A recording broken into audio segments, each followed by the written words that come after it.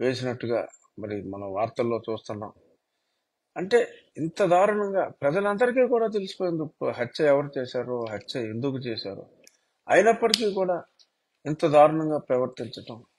మరి హత్య కేసులో ప్రధాన నిందితుడైన ఒక ఒక రెడ్డి గారికి, వియ్యంకుడైన ఇంకొక రెడ్డి గారిని 4 సంవత్సరాలుగా ఎక్స్టెన్షన్లో సెంట్రల్ డిస్కాం చైర్మన్గా కొనసాగిస్తూ మరి ఈ కేసులో మరి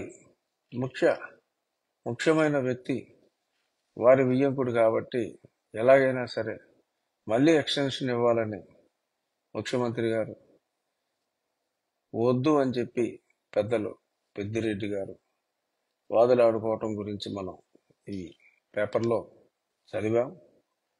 చూద్దాం మరి ఇంకా మరి ఆయన కీలక సాక్షిగా మారితే అసలుకే ఎసరని చెప్పి మరి భయపడి మళ్ళీ ఎక్స్టెన్షన్ ఇస్తారా ఇవ్వరా. ఈ సునీత అండ్ రాజశేఖర్ రెడ్డి రామ్ సింగార్ల మీద పెట్టిన కేసు కొట్టివేయాలి అని చెప్పి వారు హైకోర్టుకు కూడా వెళ్ళటం జరిగింది.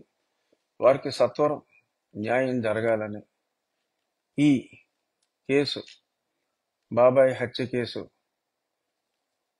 సునీత రాజశేఖర్ రెడ్డిల పోరాటంతో త్వరలో ఒక కొలిక్కి రావాలని ఈ సంవత్సరం ఎలక్షన్ లోపే నిజమైన దోషులు ఎవరో తేలాలి అని కూడా మనస్ఫూర్తిగా కోరుకుంటూ once again happy new year పెద్దలు చంద్రబాబు నాయుడు గారికి, పవన్ కళ్యాణ్ గారికి, నారా లోకేష్ గారికి,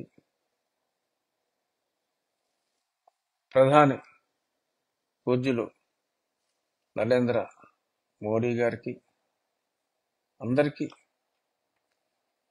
ప్రజా సంక్షేమం కోసం పాటుపడుతున్న నాయకులందరికీ, మరి ముఖ్యమంత్రిగా ఇదే ఆఖరి న్యూ ఇయర్ జగన్మోహన్ రెడ్డి గారికి, మనిషి ఎటువంటి వాడైనా ముఖ్యమంత్రి జగన్మోహన్ రెడ్డి గారికి కూడా నూతన సంవత్సర శుభాకాంక్షలు తెలియజేస్తూ రేపు కలుద్దాం.